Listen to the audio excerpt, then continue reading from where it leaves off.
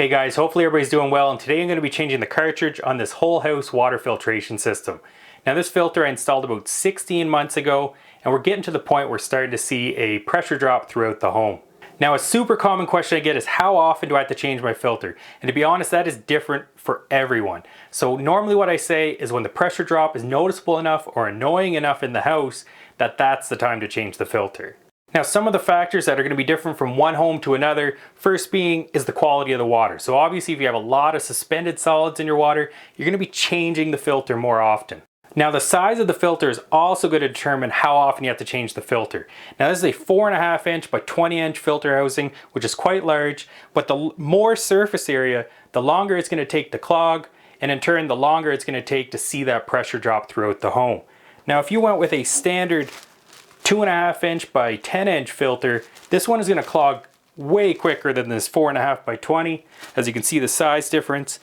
And to be honest, with my home, this would probably have to be changed, depending on the usage, every month to 3 months. Where this one, I'm getting probably 9 months to 12 months. I know it's been here 16, but I left it in here a little longer just to show you the extreme pressure drop between the gauges. Now I just hinted towards the third factor, which is the amount of usage. So if you're in a home with 1 or 2 people and you're not using a lot of water, obviously the filter's not going to clog as fast as if you're in a home with 7 people, everybody's showering, you're doing laundry. The amount of water flowing through it is going to greatly affect how soon it gets clogged. Another factor is the filtration level of the cartridge. A 1 micron filter will clog sooner than a 10 micron filter because it'll trap particles all the way down to 1 micron in size, as the 10 micron filter will allow anything smaller than 10 microns pass by or through the filter. So just to sum that up, when you start to see the pressure drop in your home that's to the point where it's annoying or you don't want to live with that pressure drop anymore, that's the time to change your filter. I'll bring you a little bit closer to show you the gauges, the pressure drop between the gauges by running a faucet, so we'll get a dynamic pressure drop, which means the water's flowing. Then I'll close the faucet and we'll get a static pressure drop. And this is normally what I use to determine how soon I have to replace the filter, is because the greater the static pressure drop after closing the faucet, the greater that the filter is restricting the water flow.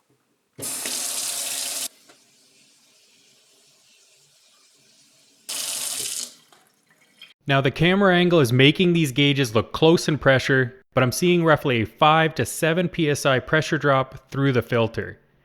A clearer example of the pressure drop is running this faucet, then flushing a toilet.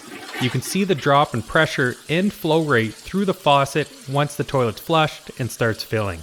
Start by closing the upstream shutoff valve, then opening a faucet to relieve the pressure in the system. If you don't have isolation valves on each side of the filter housing, you'll have to shut off the main water valve to the house instead. Next, I'm shutting off the downstream valve to completely isolate the water filter from the rest of the home. This red button is a pressure relief, and when pushed down, it relieves pressure in the filter housing. I personally don't use this unless I absolutely have to, as it can leak afterwards. As long as I see 0 psi on both sides of my filter housing, I know the filter is safe to be removed. I'm opening up the bypass so that I can use the water in the house to clean the filter housing once removed. If you don't have a bypass, then it's a good idea to fill a bucket or two before you start this procedure so you can use that water to clean the housing. Slide the filter wrench over the filter housing and as high up as possible so that it is tight. Pull the wrench and spin to the left. If you're looking over top of the housing staring down, this will be clockwise, and if you're staring from underneath the housing looking up, this will be counterclockwise. Carefully support the weight from underneath, as the filter and water will be quite heavy.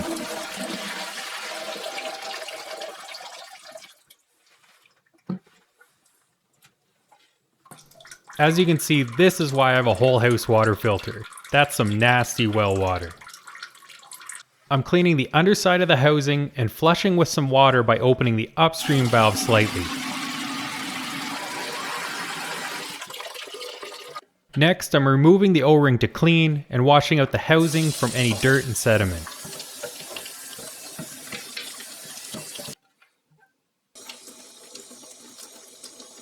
Sanitizing the filter housing is optional, but I normally do this each filter change. A product like this one can be used, or a 2% or 50:1 ratio of bleach to water.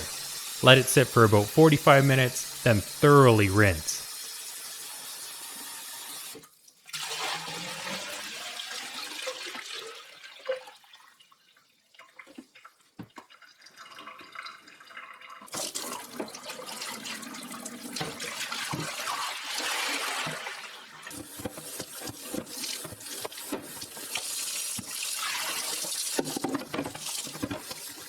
Before reinstalling the O-ring, a food-grade plumber's grease should be applied.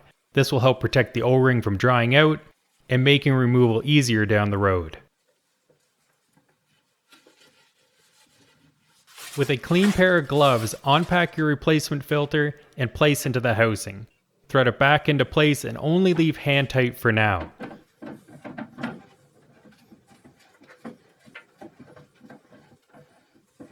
Once hand tight, back off the housing about 1/4 turn, close the bypass valve if you have one, then slightly open the upstream valve until the water in the housing is about 1 inch from the top.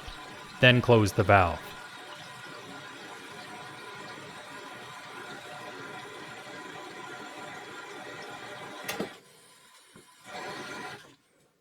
Now we can tighten the filter with the wrench. By adding this water first, it'll help reduce the amount of air introduced into the system.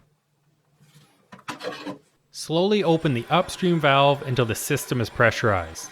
Then check for leaks.